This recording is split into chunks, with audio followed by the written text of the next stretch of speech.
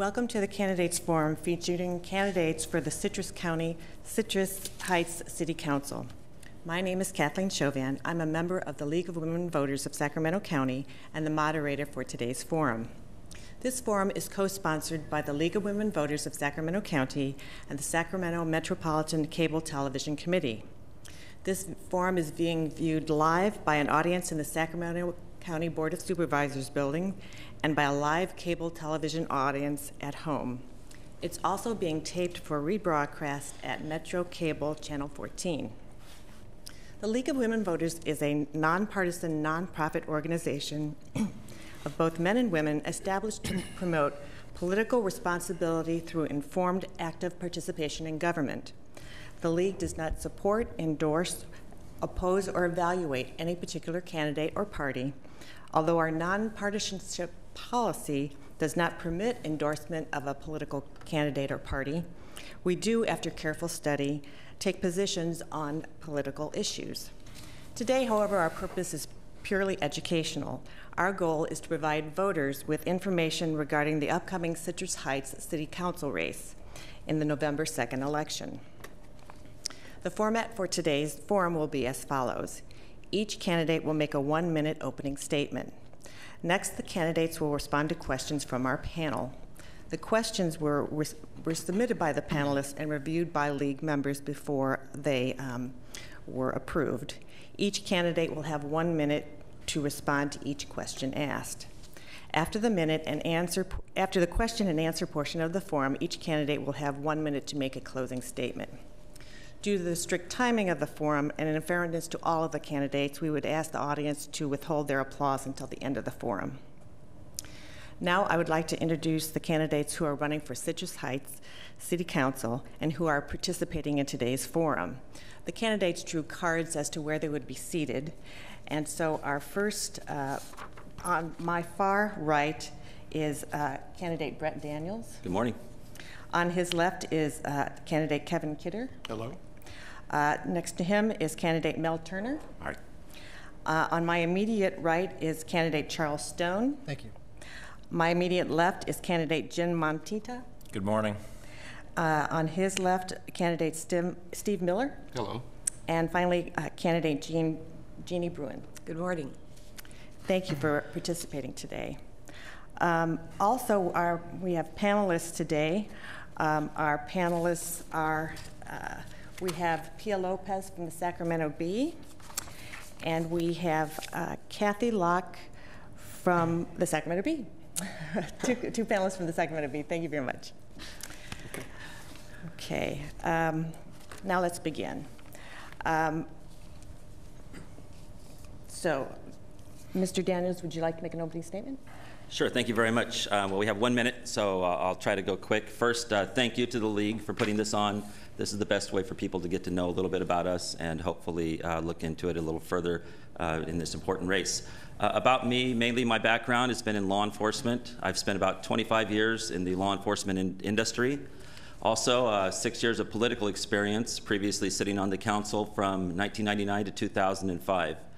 I also spent the majority of the last 10 years in the private sector learning some very valuable things regarding business and how to run things and the bottom line and payrolls and stuff like that. And I think that's really important for this position on the council.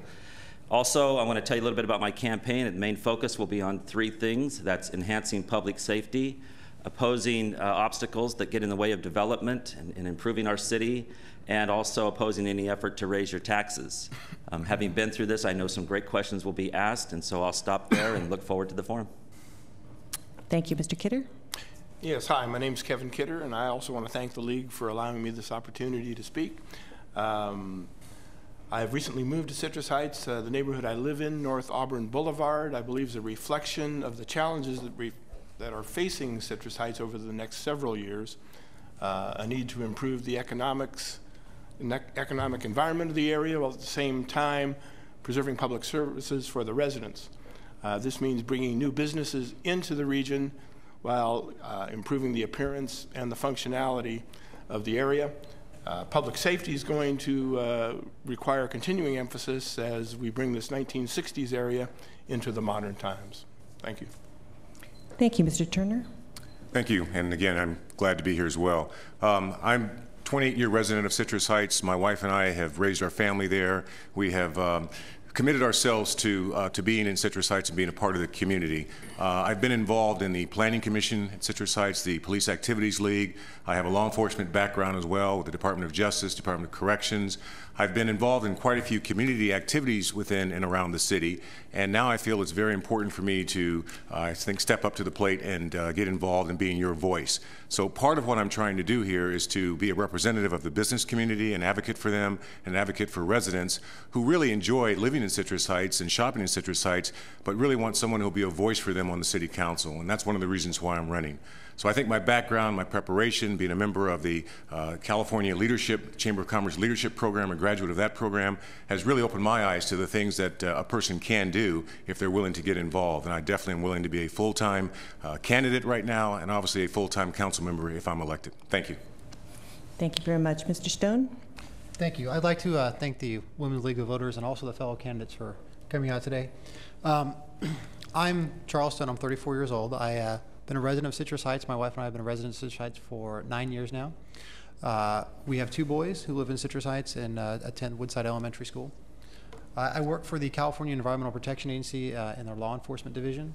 I'm also a member of the California Army National Guard, Judge Advocate General's Corps, recently returning from Operation Iraqi Freedom as a trial counsel or military prosecutor.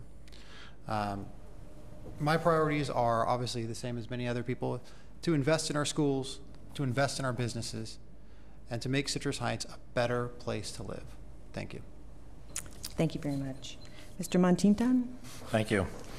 I'm a resident, have been a resident of Citrus Heights for almost 14 years now. I retired from the telecommunications industry as a manager for AT&T. I have an MBA in business. Since coming to Citrus Heights and retiring, I've decided to be involved. I'm presently a member of the Planning Commission. I'm also the president of Area 7 and 8 Neighborhood Association. For the last 3 years, I've served on the Sacramento County Grand Jury. I elected to be on it for 1 year and was carried over for 2 more years. I feel that it's important for every citizen to get involved, to make sure that we are going in the right direction, that we are physically able to continue with the growth that we have, that we are financially responsible, and that we keep our eye on public safety. Thank you very much. Mr. Miller?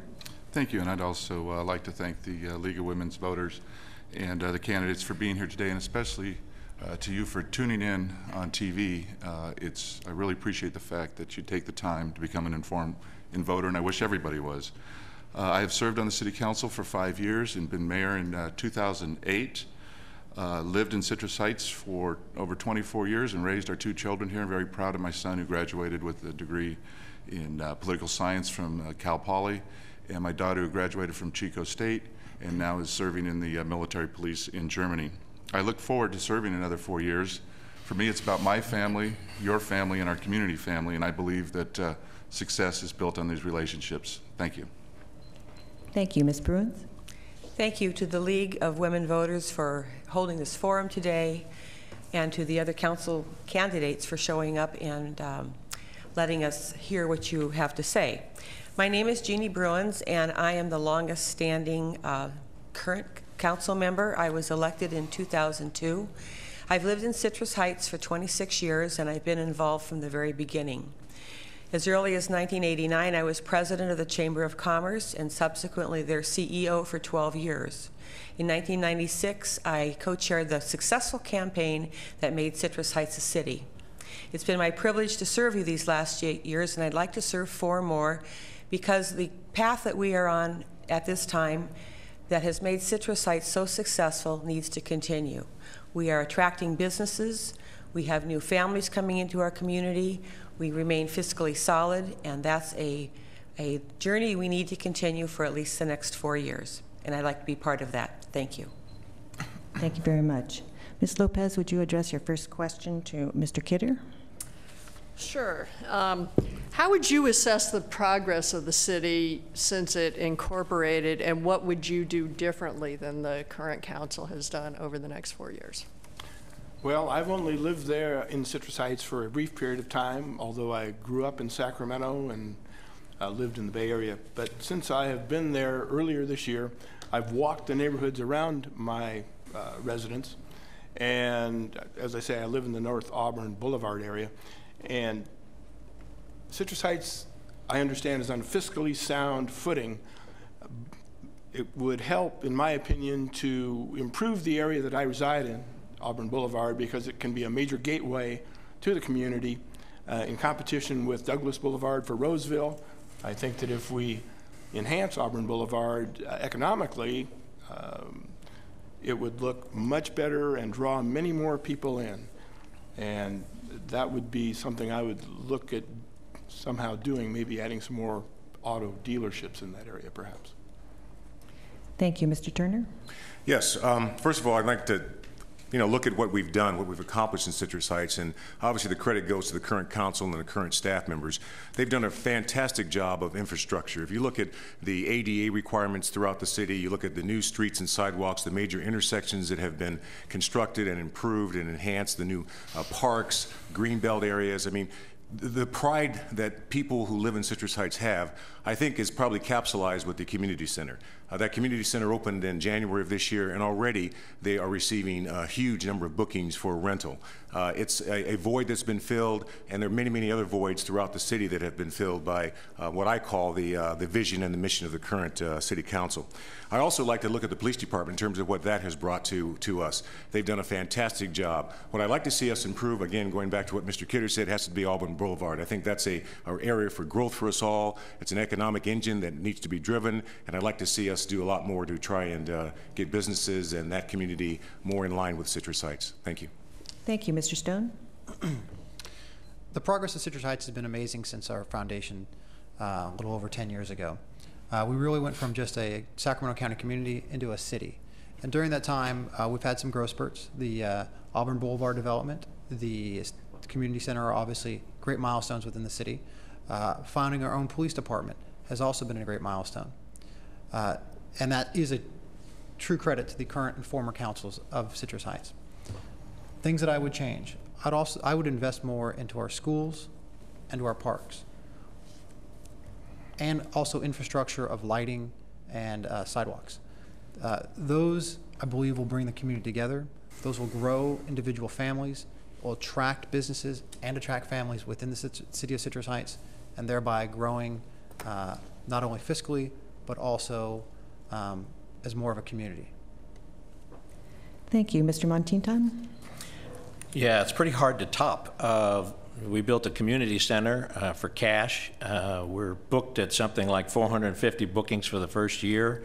Thousands of people have come through there. We have a police department that we paid cash for. It's hard to argue with those kinds of numbers. There's a few other areas in the redevelopment of the city that perhaps need a little bit more energy into. I noticed that from a business standpoint, I've heard from a lot of business. I also own a business. My wife owns an insurance company in Citrus Heights, and we would like to see that we make sure that we have streamlined the process for getting new business into town. We want to make sure that we give every possible hand to these new businesses when they come to town so that they can get their doors open, get business started. And that's kind of where the direction should be, and that's where I would be putting most of my energy. Thank you. Mr. Miller? Yes, I agree. We've enjoyed many successes over the years, but we can't stand on those successes. We need to build on them. And a few of the things that I'm looking towards improving, number one is our drainage. Even though we're 120 feet above sea level, when the creeks rise, we have issues. And we just recently took over the storm drainage from the county, and that means about $6 million now that'll be go directly into projects to improve our neighborhoods and reduce the flooding risk. Also working on garbage. Now we have great service, and I believe we can do better and increase things like adding a local hazmat drop-off, e-waste, a place to take your batteries or have them picked up from your home, and the ability to get rid of medical sharps. And I think we can do this and save money and reduce costs on our garbage bill at the same time. I also agree on Auburn Boulevard, and the good news is we will be embarking, and it is a 20-year plan. We're about 5 years into it. I was able to successfully lobby last year for $4 million to start the renovation of Auburn Boulevard from Sylvan Corners to Antelope Road. Thank you very much. Thank you. Ms. Bruin? Citrus Heights really stands alone in our ability to provide services to our community without going into debt. As a founder of the city, after we incorporated, we kind of looked at ourselves and said, is this going to work? And 14 years later, we say it's better than we ever thought it would be. And as good as it is, however, there's always room for improvement. In addition to improved drainage, we are also taking a look at animal control services, which is one of the remaining contracts we have with the county. And we're doing it the way we've done our projects in the past, by engaging our citizens. And I think that's what makes our community unique, because it is a citizen-driven community. That's why we have a community center, because our citizens wanted it. So as we continue to move forward as a city and to mature and grow, the area that we can continue to improve in is citizen involvement as we tackle the issues of the day. Thank you. Thank you. Mr. Daniels? Thank you very much. I think we'll deal with first what I might have done differently, and really I think I support most of the things that have occurred over the last 4 years, with the exception of building the community center. I think it was an important build, but I think it should have been delayed, and mainly because of the things that have been mentioned earlier about the neglect that's gone on in the northern Auburn Boulevard corridor. We need to take care of our infrastructure first before we build our vacation homes. So I would have done that differently. As far as the progress, I moved to Citrus Heights 38 years ago. And but at that point, there was Sunrise Mall and nothing else but homes. And so it's been wonderful to watch the progress, the build-up. We have the Sunrise Marketplace that the city was very involved in, 500 businesses in a 1 square mile area. That shows the progress of our city. We have funds where we can do things because of not only the current council members, but as Mr. Stone pointed out, the former council members, and I was one of those members that helped make the decision to have a general fund reserve so that today we have $36 million in the bank. But we also did some other things like traveling back to Washington, D.C. 5 or 6 times to make sure our tax dollars came back to Citrus Heights. There's more things, but I've got the stop sign. Thank you very much. Ms. Locke, would you address your question to Mr. Turner? Yes. Citrus Heights, granted, has weathered the recession well without having to resort to layoffs or severe budget cuts.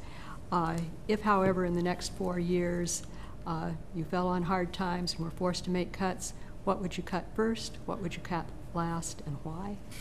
Wow, good question. And of course, that's something we may be faced with. It's going to be difficult to sit here and say what would be cut first, second, and third, to be honest with you. I think that that's something that I would have to follow the lead of the current council members, because they've had a lot more experience with those kinds of issues than I have. But I do believe that it's very important to make sure that we have hearings, that we have an opportunity to listen to people in the community as well as the business community to find out where they want us to make cuts. Because again, my purpose on the board is to be there as a representative of the community. So we'd have to ask them where they think the cuts should be made. We also have to look at the priorities that the city has in place for law enforcement, for safety and security and those kinds of things, and those usually are areas where we don't want to make too many cuts at all. So the prioritization has to take place, I think, with the input from the community and the input from the current council members and from staff. And I would have to listen and then weigh what's best for the city, because I think that's the most important thing at this point. Thank you. Thank you. Mr. Stone? I would have to echo Mr. Turner's comments. It's really,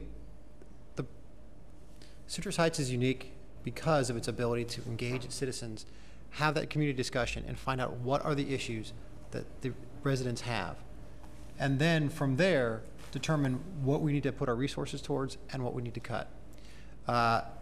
If there has to be cuts, even though the city council's pay is minuscule, I would start at the top and then work my way down. Obviously, you want to leave public safety as intact as possible. The safety of our citizens is paramount. But hopefully we'll never have to come to that point. Thank you. Thank you. Mr. Montinton? Difficult question. I think that I could start with the last one, and I think I believe that it would be law enforcement within the city. I think it's one of the most important things to where you live is how safe you feel in your neighborhood, in your city. So I believe that might be the last. Starting at the top, again, we'd have to go in and really look at all of the items. I know that every budget always has a few things in there that people will say we don't need. But again, when it comes down to it, it's something that has to be looked at seriously by all members of the City Council. It's not a frivolous task. It is something that is going to affect people. It's going to affect the city. It's going to affect generally life in general across Citrus Heights. So I'm not sure that I'd be willing to step up to say the other two items that I would start cutting first, but I definitely would look hard and long and make sure that we're doing the right thing for the right reason. Thank you. Mr. Miller? I would hope that we wouldn't be looking at cuts in the next 4 years, and the main reason is just how fiscally prudent we've been, and also keeping a reserve just for that reason. I agree the last thing that I'd even think about cutting would be public safety and a lot of our municipal services and important things like Meals on Wheels, something that we fund both out of our general fund and with CDBG grant money.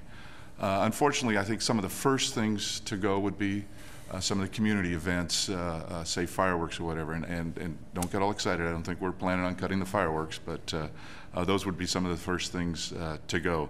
I'm very proud of our 10-year model in looking ahead at our expenses and our expenditures and making sound decisions so we don't have to look at making cuts to services to our citizens. Thank you. Thank you. Ms. Bruins? Thank you. One of the things that's made Citrus Heights unique is that we've been operating like a business from the very beginning. That means that we give our employees merit raises only instead of cost of living raises, and that we've adjusted along the way as the economy has changed. That includes asking our staff to participate and to be a partner with the council as we've been fiscally responsible. And I don't anticipate any cuts in the next 4 years as far as personnel is concerned, as the main services are concerned. That's because we have made adjustments along the way as our workload has gotten lower, as staff has left. We have rearranged the staff that we have rather than make cuts. I agree with Mr. Miller that if we do have to make cuts, it would be in the areas of sponsorships of events that are not critical to the need of the city, but that are an enhancement when the times are good. Thank you. Thank you. Mr. Daniels? Well, Steve, I hope tomorrow the headline in the Bee is not Sparky calls for an end to fireworks. Not right now. Yeah. You know, it's public safety is number one. It's not one of the important things that we do. It's the most important thing we do, and we simply will not, and I think we all agree, we simply will not allow for cuts to any public safety type of functions in our city. I also want to say I will completely oppose any effort to raise taxes. The council cannot raise taxes, but it can support measures and stuff like that in efforts to do that, and I won't do that, and I would fight any effort to do that. My campaign calls for a moratorium on building fees and permit fees and things like that in 2011 for all new construction, all remodeling of homes and things like that, and I think that's what we can do as a city to stimulate our Citrus Heights economy. Get out of the way, let people do what they need to do to rebuild our city, to revitalize, to make it more vibrant, and we can absorb the loss in fees by the extra sales tax and increased property taxes that we will get from that type of development. So I don't think we'll face any cuts, but that's how I would handle it. Thank you. Mr. Kidder? Well, I agree with most of the folks here. I think that in looking at the services available, public safety is number one. Has to be maintained. Then safety net features for the least able to help themselves to the extent that the city participates in those needs to be maintained. Lastly, the city generates much of its general fund from sales tax. There are numerous empty storefronts throughout the Sunrise Marketplace, and as already pointed out on North Auburn Boulevard. I think that the city can spend its funds trying to generate new businesses or encourage new businesses that would result in increasing sales taxes to hopefully offset other downward trends in income. Thanks. Thank you. Ms. Lopez, would you address your question to candidate Stone? Yes. On this panel up here, we have 2 incumbents and 5 challengers. I'd like each of you to address the issue of the role of experience and continuity on a city council versus the need for fresh perspective and turnover, and where you would fit on that continuum. Thank you, Ms. Lopez. I believe experience is one of the key factors for determining success. It is also education. We are very fortunate that we have many former members on the board and also current members on the board now. That experience should be passed on to new incoming members of the board. You need to have fresh ideas to grow, to stay connected to the community so that the community develops. The Citrus Heights, the median age now is 35 years old. We have lots of children in that area, in Citrus Heights. We need to kind of address those needs now.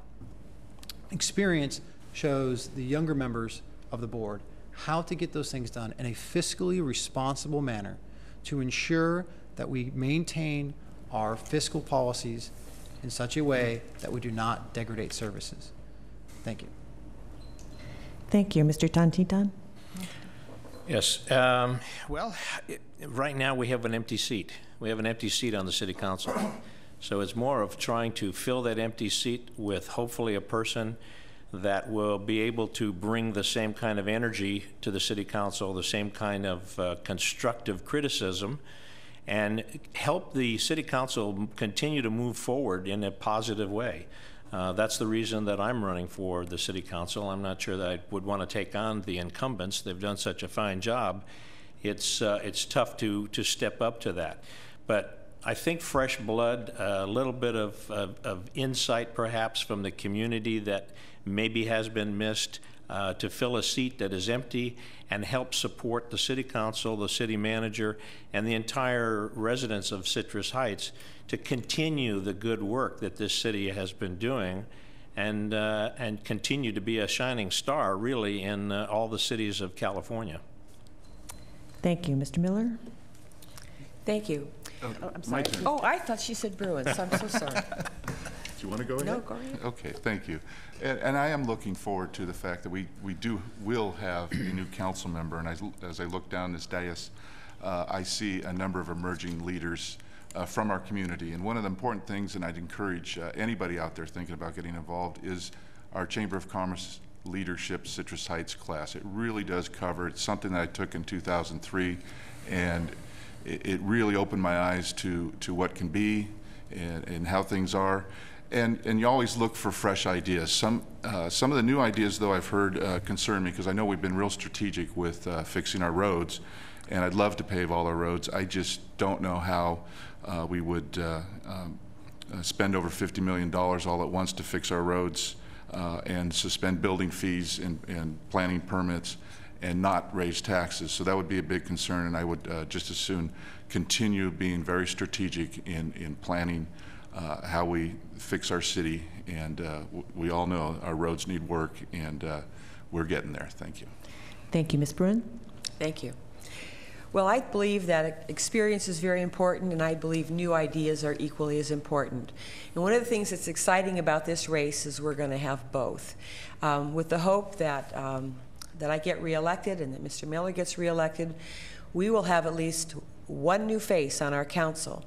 And I believe also, as an experienced council person, you have to continue to have new ideas even though you've been in office for a period of time. There are no assumptions that things are going to be tomorrow as they have been in the past. And so we have been very creative in Citrus Heights and how we have addressed issues. We've beat the odds on a number of occasions. We were, first of all, told we would never succeed as a city, and we've proved that wrong.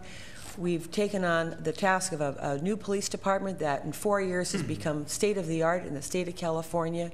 And we have challenges ahead of us that we're going to meet with the same enthusiasm and the same creativity and with the engagement of our citizens. Thank you. Thank you very much. Mr. Daniels?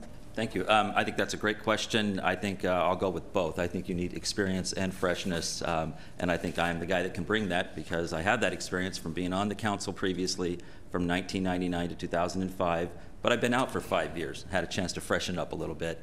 So I'd like to take that seat back. You know, there's a learning curve to going on the city council, and this is a tough time right now. There's a lot of difficulty going on in government, down from the state all the way to the local governments in Citrus Heights. And I have a record, I have a history, a documented history of the decision making that I did while I was on the council. And I know that a lot of people support that, and because of that, I would hope that you return me to the council. Thank you. Mr. Kidder? Well, I agree that a mixture of experience and fresh ideas is not only a good thing, but it's going to happen here, it sounds like. I do come from a non-governmental background. I've only recently moved into the area, although, as I pointed out, I did grow up here.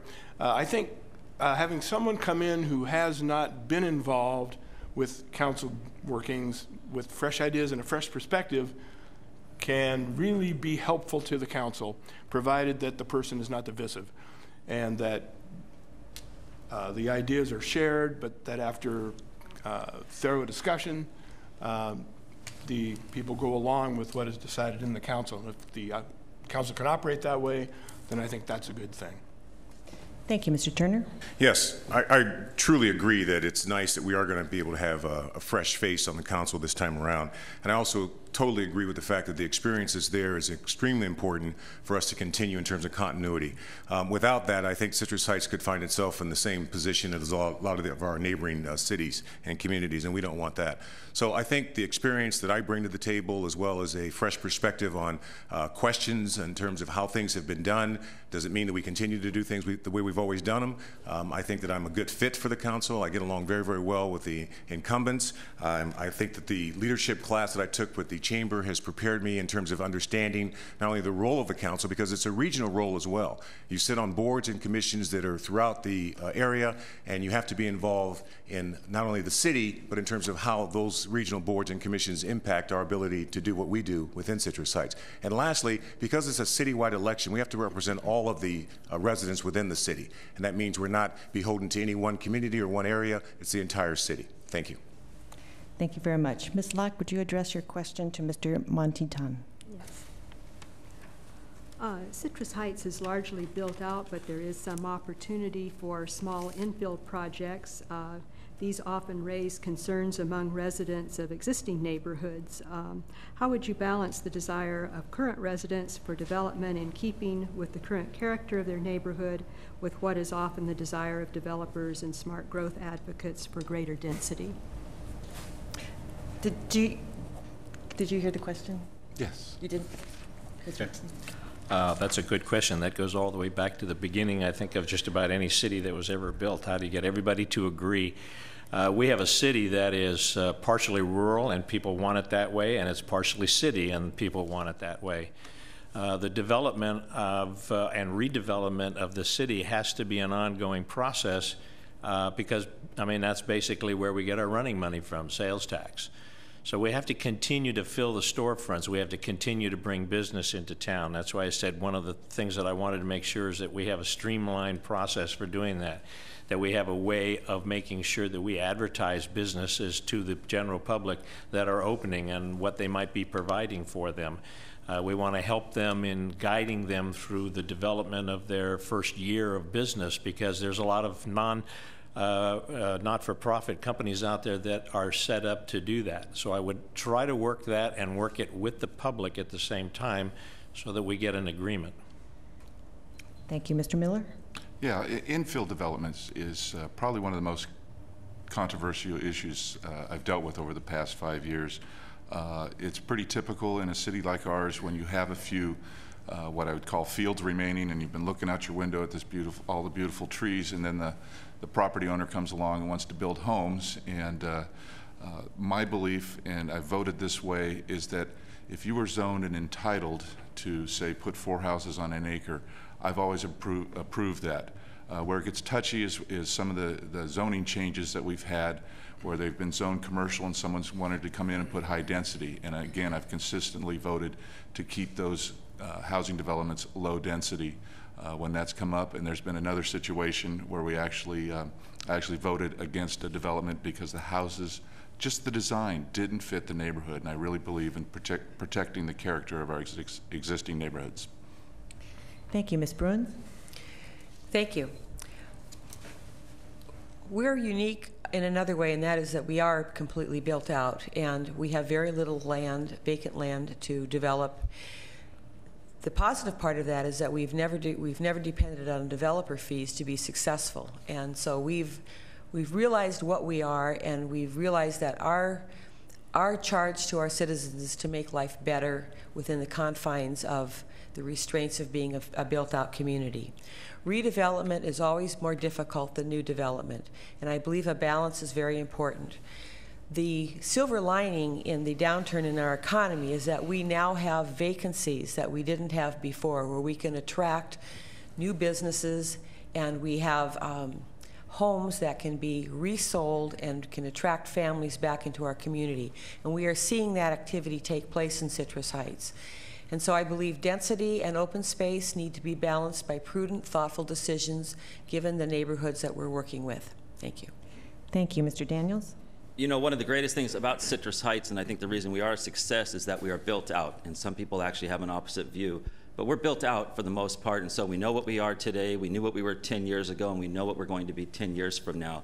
What we have to do is make sure that we preserve the character of our neighborhoods. And I've fought efforts in the past while on the council to bring developments into areas that just did not fit. And I definitely opposed the effort to mass development on Mariposa near Madison. We need to not have that kind of stuff going on in our city. The other thing I definitely will oppose is any effort for any multi-family housing. Our city has way too much multifamily housing as it exists today. It causes a lot of our problems in the city as you stack people on top of each other, and I'll oppose any effort to try to do anything like that.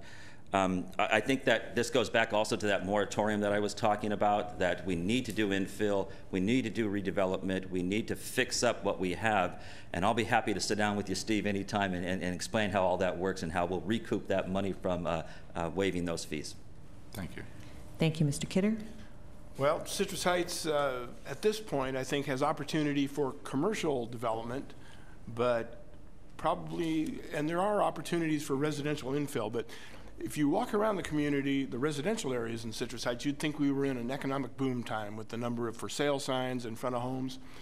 I don't know that there's much need to worry about infill issues residentially until some of these homes start selling and we have some new residents in the city. The commercial opportunities, on the other hand, I think are something that ought to be promoted along Auburn Boulevard, as pointed out, and maybe also in Sunrise Marketplace, where there are numerous for lease signs in front of some of these strip centers.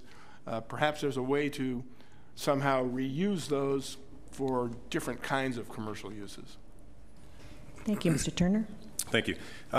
First of all, I'd like to say that on the Planning Commission, one of the things we've had a chance to see are some of the projects that people would love to see in Citrus Heights. And that's given me, I think, opened my eyes at least to the zoning codes that we have, the fact that we have a general plan, a 10-year general plan that's coming up. We've invited many residents throughout the city to participate in that general plan. And that has a lot to do with how we are going to not only develop but redevelop our city. And I think the general plan process that we currently are in, and the council is going to be adopting that next year, is a very good process to get citizen participation, citizen involvement, and to truly understand where the residents of Citrus Heights want to go with the development. So I would encourage people to not only participate in that plan, but also understand the general plan, understand some of the zoning restrictions and codes that we have. That has a lot to do with how we would like to see the city mapped out, and that comes from input at the ground level meeting from the residents of Citrus Heights. And I would support that totally. I think the competing interests that we have to be married with what we have in place as far as the general plan goes. Thank you. Thank you. Mr. Stone? Citrus Heights is nearly completely built out at this point. So we do have some opportunities for some infill development, but that development has to be smart development, smart growth. It has to be what the community currently exists as, what the community wants to go to under the general plan itself. There are some opportunities for some infill projects, but we can't have a strip mall in a community area. We can't have a high-density residence in an area where we just removed high-density residents because of the crime problems. We want to ensure that whatever growth that we have meets the character of the community while maintaining the master plan. we do have opportunities for growth of businesses. And those businesses should be along business routes, Auburn Boulevard, Sunrise Boulevard, Sylvan Corners, and that area. We wouldn't want to put high-density housing there. So whatever housing we have, or whatever development we have, must meet the community needs and be part of the master plan. Thank you. Thank you. Ms. Lopez, would you address your next question to Mr. Miller? Yes, I'll ask the same question in a little bit different way. The city is 14 square miles. In its early years and up to now, it's relied principally on sales taxes from retail, things like Costco, Walmart, Sam's Club, Lowe's, big box development. Could you very specifically say what you think the limits and possibilities of retail development are for the future of the city, and what kinds of businesses, given the current economy and your geographic boundary limits, are you hoping to attract in the future? Well, certainly we could find ourselves really over retailing. There is a happy balance with that, and we have been very successful in what I call attracting middle of the road, and our current businesses have actually done rather well. We don't have a lot of high-end shopping, and I think that's important. Our Sears, for example, is one of the top 7 Sears in the nation, and that says something. And so when we had this economic downturn, we've seen a fairly steady rate of folks continuing to purchase in Citrus Heights. And I think some of the things we need to do, not only in just attracting and retaining quality businesses, but also diversifying and offering more reasons to come to, say, our commercial center like the Sunrise Marketplace, provide entertainment options and some signature events. And I see that happening with our current mall owners. I've been involved with the Sunrise Marketplace Board of Directors, and there's strong interest in the marketplace, and we're seeing a new store open with the Sports Authority. Thank you. So I think our sales tax will increase. Thank you very much. Ms. Bruin? Because we are built out, our residential part of the community and our business part of the community are pretty well defined today, and there won't be a lot of change in that from a topographical or demographical standpoint. Retail will always be our main pot of money in Citrus Heights, so I think it's incumbent upon us as council members to create an environment that will attract retail where retail needs to go. And evidence that we're doing that today is not only the opening of the Sports Authority, but the Buffalo Wings, various restaurants in a volatile economy have chosen to come to Citrus Heights and have opened here.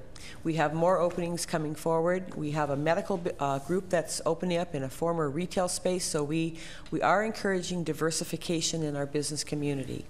The long-term success of any community is in creating jobs, and that's also the toughest thing that we can do. The best way we can do that is to create an economy and an environment that is attractive to business. Thank you. Mr. Daniels? Thank you. You know, a lot of folks that live in our city don't understand it's the sales tax that is the lifeblood of Citrus Heights. And the reason for that is that we had to give up our property taxes as an extortion payment to the county for 25 years just for the privilege of becoming a city. So our focus does need to be on retail. But the main thing that we need to do is get out of the way. It's not the government's role to decide what kind of businesses should be coming into Citrus Heights. It's certainly our job, and we do have an economic development department to get out there and make people aware of what's available and the opportunities that exist in Citrus Heights, and that's what we should be doing. But more than that, just getting out of the way, letting folks get things done, and not building obstacles to that development. There are things going on Auburn Boulevard. The Chevron at Antelope and Auburn had to jump through hoops and backwards 10 times before the city would finally let them move forward with what they're trying to do. We need to not do that. We also need to make the Stock Ranch development folks, where the Costco and Walmart is, live up to their promises, which they have not done when we allowed them to move forward with their development. That's an atrocity, and so it needs to happen. Thank you. Mr. Kidder? Well, as I pointed out, I'm on Auburn Boulevard. I think Auburn Boulevard has so many auto uses from Interstate 80 on up to, say, Antelope for sure, and maybe Old Auburn. I wonder if we've looked into trying to get smaller auto dealerships back into that area. They would be synergistic with some of those specialty auto uses along in there, many of which are closed. I believe that portion of Auburn Boulevard is historic Highway 40, and I'm wondering if there's a way to somehow use this historic nature to create some sort of an auto district in there. Also, we have a lot of commercial truck issues in that area, and maybe there's a way to service trucks in some fashion. There are many, many large parking lots along that stretch that perhaps could be reused either for dealerships or for some sort of truck servicing. Thank you. Mr. Turner? Well, first thing I think we need to do is keep the current businesses that are in Citrus Heights. I would hate to see us have more vacancies because businesses are not comfortable because of interference, because of bureaucracy, because of the kinds of things that Mr. Daniels talked about are happening to them, so they can't move forward with excuse me, their redevelopment, their growth. That's the first thing. We have to keep them in Citrus Heights. Secondly, I would like to see us do what the city of Folsom has done, and that is they've developed a Fed corporation partnership between the city and their Chamber of Commerce. I'd like to see us do the same thing in Citrus Heights so that we can move forward with more aggressive attraction of businesses to our community. I don't think we're doing enough of that personally. I think we do a decent job, but I think we could do a much better job in terms of trying to attract businesses to let them know how great and wonderful the community is. We have a great shopping base there. We have a great middle-class community of people who do shop in Citrus Heights, and that's one of the reasons why the Sunrise Mall, Sunrise Marketplace, and the big box stores have done so well. So I'd like to see us do a little bit more in terms of aggressive economic development in conjunction with our Chamber of Commerce. Thank you. Mr. Stone? Thank you. Sales tax is the lifeblood of Citrus Heights. It is where we derive the vast majority of our operating budget, and we have to stay with that. We have to stay within those bounds. I would partner with the Chamber of Commerce to figure out how to best revitalize particular areas of Citrus Heights. Mr. Kidder is correct. Near the Highway 80 area, it's more of an industrial area, more of a auto care, auto maintenance, auto sales area. More of the Sunrise Marketplace area is retail. Those areas should stay traditionally how they are now and how they have developed. This is our policies currently are working pretty well. We've attracted Buffalo Wild Wings, Smash Brothers, Sports Authority, and many other businesses into the city. We also need to draw other companies that are not so much dependent upon retail. That way, when we do have a downturn, we are able to keep those companies operating, such as insurance company, other companies that deal primarily with fiscal and legal matters. Thank you. Thank you. Mr. Monteaton? Yes, one of the things that's a plus is that we have stayed with the middle to low end of the retail business. Places like the Galleria that everyone thought was going to be such a smash in Roseville obviously has not turned out the way they thought it would. It was a little bit too high end. We've kept the right businesses in the Sunrise Mall. The Sunrise people are now planning on adding between 7 and 10 new businesses to that mall around the outside edge. They're looking at banking, they're looking at possible hotel, they're looking at more restaurants. So there's a lot more that's in the plan that fits the needs of the people that live in Citrus Heights. Talking about the community center, that was like a $10–11 million investment to take that and try to divert it into fixing the streets, which they estimate at about $75 to $100 million. Wouldn't only have put in a couple of speed bumps, but instead it's created a new business venture. Thank you. Ms. Locke, would you address your last question to Ms. Bruins? Okay. How would you rate the community's participation in city government? Are there measures the council should take to make it easier for residents to stay informed and have input on community issues? Well, thank you for that question, because I believe it's key to good governance to hear what the community has to say and to engage them in the process on all levels. And I believe in Citrus Heights that has become a priority for us, and we have exercised that on a number of levels. Probably the most important community involvement we had was when we were considering building our own police department. That was a huge undertaking. It went over many months, and it was very, very successful. The risks were very high. If the decision had been made and it didn't work out, it could have had a devastating impact on Citrus Heights, and we wanted to make sure that our community was well aware of all the options. So I believe community involvement is done on a high level in Citrus Heights. We have a number of ways that we get the word out through our website, through our community newsletter, and through direct email. So if you're a citizen of Citrus Heights and you're not engaged yet, you're invited to do so. Thank you. Thank you, Mr. Daniels. I think it's extremely important, and I think the city in its history has done a very good job of giving the community the opportunity to speak. We have 11 neighborhood associations that our city is cut up into. I was one of the founding members and first vice president of the Northwest Neighborhood Association, and those are good avenues to have a voice to take to the city. I think that there has been too many times, though, where the citizens have come out, they have voiced their opinions, they've voiced their opposition to things, and the city has not taken that into account in making decisions. That doesn't happen a lot, but it's happened on some very serious matters, and I think it's been very disappointing because as a community, and as I think it is normal for everywhere, it's controversy that brings folks out. And so if we're going to ask for input, and especially in controversial matters, and if we have major influence on one side of an issue, we ought to be prepared as a council to take that as our guiding force towards some very controversial decisions. Thank you, Mr. Kidder. Well, I will say that Citrus Heights is one of the more involved communities that I've ever lived in.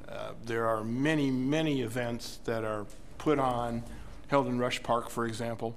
Something seems to be going on every weekend, which surely shows a concentrated effort by city government to bring people together and into the government. That being said, I'm not sure if all of the areas of Citrus Heights get equal representation before the council, just simply based on walking around and talking to people. Individuals, particularly in the more settled areas, are very interested in government. Other parts of town are rather transitory, or transient perhaps, and probably don't get heard quite as often. I agree that the city reaches out through email and websites to people who want to be involved, and so the effort's being made, but the bottom line is if the citizens want to be involved in government, they have to make the effort. Thank you, Mr. Turner. Yes, that's one of the great things about Citrus Heights, and I think we all agree that the community involvement, the encouragement of volunteers to step up to the plate and serve their community has been fantastic. I think the council and the staff have done a great job through the Connections newsletter, through the Red, White, and Blue Parade Committee, the current committee dealing with animal control issues. They have done, to me, that's one of the reasons why I'm involved, by the way, is because of the outreach that the council and the staff have done. I found out about that, my wife and I, that the city is in need of volunteers. They encourage people all the time. Now, can we do a better job on that? Of course. One of the things I would hope to do through the neighborhood associations, and I think we have enough representation up here of people who've been involved in their own neighborhood associations, is to continue to go to those associations as a city council member, to meet with those folks, to encourage them and engage them to get more involved. I'm currently walking precincts right now, and one of the things as I talk to neighbors is that they aren't quite aware of how they get involved in terms of how they make the nexus from I know about it, but what do I do? And so I've been able to talk to people about how they exactly get involved in city government, and I think we need to encourage that. Thank you. Thank you, Mr. Stone. In order to feel, Ms. Locke, in order to feel part of a community, you have to feel that your voice is heard, and that voice is part of the decision-making process that the council makes. In order to do that, the council must have transparency, which they do. They have very many websites, emails, connections. While I was deployed in Iraq, I was able to follow essentially everything that was going on in Citrus Heights via the web, which makes it very easy to be part of that community development, be part of the issues that are happening within my community. The city must maintain that. They must maintain that transparency, that availability of its council members to communicate not only through the web, not only through email or publications such as Community Connections, but also through its community activities, whether it be the soccer leagues, the baseball leagues, the other community activities that take place in Citrus Heights, through their presidents, through email, voicemail, the robotic calls that happen nowadays, to tell you what is happening in your community and that you should be aware of the changes. Thank you. Thank you. Mr. Montitan? Yes, I think that part of what we all have to do is we have to listen. Sometimes it's one of the most difficult things that we find in our lives, is to continue listening to people. Everyone has something to say. Everyone has input. And that's what we have to pay attention to. It's not always going to be something that's implemented, but it's something we have to pay attention to. I travel around to all the neighborhood association meetings because I have found that instead of being 10 or 12 problems in the city, there's maybe 5 real problems that everyone thinks the same about. It's because we're all part of the same city. So between that, by speaking at different groups, by traveling to neighborhood barbecues, by being involved, and yes, going to the city council meetings. A lot of people don't go to the city council meetings anymore, and that's where a lot of important things are said that perhaps don't get to the internet. So you have to be involved, you have to be informed. Thank you. Mr. Miller? Yeah, Mr. Stone had a great point with the internet nowadays, and it's changing. No longer do you go to the web. The web comes to you, and I think we can improve with RSS feeds, what I used to call news feeds, social networking, blogs, and creating pages that when we have controversial issues that folks can weigh in and we can hear all sides. And a lot of folks, are nervous about getting up and speaking. I am, and it's a way to be heard. And so I think we can improve on that. And I think we need to make our records a lot more open, and that's possible now with searchable databases and things like that. We have a history of involving our citizens in decision-making process, from police to animal control, and I'd really like to see us form a Citizens Advisory Committee on Transit. I chair the Regional Transit Board, and honestly, transit is dysfunctional in Citrus Heights, and I'd like to see the citizens come out and tell us how we can do a better job at that. We've seen a fresh group of folks in our neighborhood associations. Our Neighborhood Watch program has grown. Thank you. Thank you. I'm sorry. Oh, I could go on. And on. Thank you. And with that, we're going to have to move to closing statements. Mr. Daniels, would you like to make a closing statement? Sure. Thank you very much. I think you did get a chance to learn about us today. There's more to learn. There's more to know. All of us probably have websites. I certainly do. BrettDanielsForCityCouncil.com. I'm on Facebook. I would imagine other folks are too. You can email me, Brett at BrettDanielsForCityCouncil.com, and you can call me at 916-870-7199. I'm going to go back to that experience question. I really liked it. I agree. We need to have the experience on the council. I'm supporting Jeannie Bruins and Steve Miller to go back because I think this is a tough time and we need that experience, and the record that they have shows that they should be back on the council. I hope you feel my record is the same.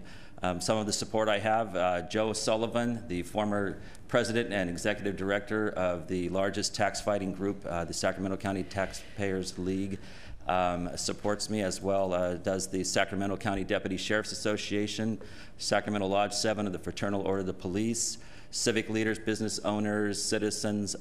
My campaign is about putting the community first. This is my home. Again, I moved here 38 years ago.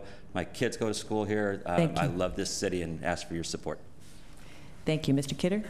Yes, I also would like to thank the League of Women Voters once again for allowing me to speak on the issues. While I'm new to the region, I have over 30 years of experience in the banking, legal, and business fields.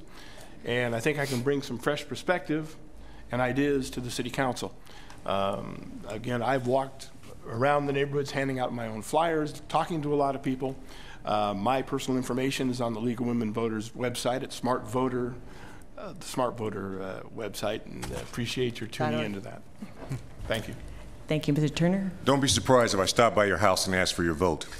I'm out walking neighborhoods, walking precincts. I'll be out walking this afternoon, walking tomorrow. It's real important to me to get to meet you, so you get to meet me, so we put a name with a face. I'm endorsed by the Sacramento Bee, the Citrus Heights Chamber of Commerce, and the PAC. I'm endorsed by Tim Rainey, former mayor of Citrus Heights, James Shelby, former mayor of Citrus Heights, current members Jeannie Bruins, Steve Miller, Jeff Slowey. I've also been endorsed by many members of the Planning Commission in Citrus Heights and other key individuals throughout the city. I'm real passionate about public service, passionate about being your council member, and therefore I ask for your support and your vote. And I don't know how many people are going to be out walking, knocking on doors when it's 95, 98 degrees, but that's important to me for you to get to know who I am and what I'm all about. Thank you. Thank you. Mr. Stone? I want to thank the the League of Women Voters and the fellow candidates for coming out today. I think it's very important that we're able to hear everyone's ideas, even if we don't vote for them or if we vote for somebody other than me. I'm available on Facebook, Charles Stone for Citrus Heights City Council. As with all the candidates, we just want to make the city better. And you can check out my webpage to see exactly how my plans are to make the city better and how to address some of the needs of the cities. I, like Mel Turner, will be walking the neighborhoods, talking to the residents to find out what is needed in order for the city to grow and to grow more from a community to a city and to have that community pride. Thank you very much. Thank you. Mr. Montiton? Yes, I think it's important that we listen to the people. We want to make sure that we give them every reason to want to live here, to want to work here. This is, I think, the #1 issue of the City Council is to listen and be able to direct the energy toward what the people want and what is necessary for the city. I want to continue to keep our eye on the ball. We're doing such a fine job at managing our budget and being balanced that we have to continue to keep an eye on that so that it doesn't go astray. When we talk about infrastructure, I want to make sure that everybody understands that trees are part of our infrastructure as well. We've got the largest cover in the Sacramento area of trees, and it's an important piece that brings people here, and it's healthy, and it makes people feel good. And part of this, again, effort that I will bring to the City Council will be to try to make sure that we can manage between business and residents and keep the city growing and moving in the right direction. Thank you. Mr. Miller? Yeah, thanks again to the League of Women's Voters, and those of you watching at home and our moderator and panelists, thank you very much. And I'd be remiss if I didn't thank my wife, Nanette, for her support. She makes it possible for me to work a day job and then go out at night and do all these city meetings and regional meetings, and so thank you, honey. We do celebrate our successes very well in Citrus Heights, but we still must stay vigilant. I've said this before. I'm not one to stand on these successes. We need to build on them, and I really appreciate everyone's support I felt through the city, and would ask that you vote for my re-election. There's not enough time to give you all the endorsements, but if you'd go to www.smiller2010.net, you can see my goals, you can find out about my endorsements, and if you need a lawn sign, you can sign up for one of those too. And if I don't make it by your house, you can get a hold of me, and I'll call you or come by. There's, I think, 40,000 households, and I don't think I'm going to hit all of them, but I think Mel will. Thank you. Ms. Bruin? Well, I want to thank the League of Women Voters for providing this forum so that our citizens could meet the candidates for City Council. Just to restate, I've been a member of the Citrus Heights community for 26 years. I'm very grateful that Mr. Turner and Mr. Miller mentioned being graduates of Leadership Citrus Heights. That's a program that I created prior to being on the City Council.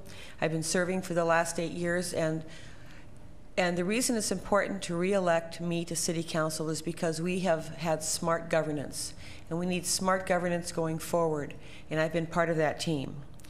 It's important that we continue our recreation of Sayonara Boulevard, that we carry out our plan in the Auburn Boulevard specific plan, and that we continue to serve our citizens in the way that makes Citrus Heights a better place to live today and in the future. You can reach me at 282-5190 or jeanniebruins.net, and I look forward to your vote. Thank you very much.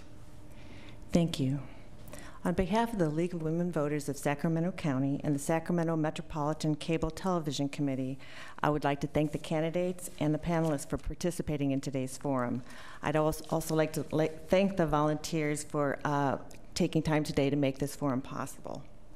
This forum is designed to provide you, the voter, in accordance with, provide information to you, the voter, in accordance with the League's belief that a democratic government depends on the informed and active participation of its citizens. We hope you've gained insights from this forum that will aid you in making a decision in the November 2nd election. For more voter information and rebroadcast times, please visit our Smart Voter website at www.smartvoter.org or the League of Women Voter of Sacramento County website at LWV.sacramento.org. I thank you for taking the time to learn about the candidates for Citrus Heights City Council. The League of Women Voters is where hands-on work to safeguard democracy leads to civil improvement. Remember to vote in the November 2nd election and help make our democracy work. Thank you.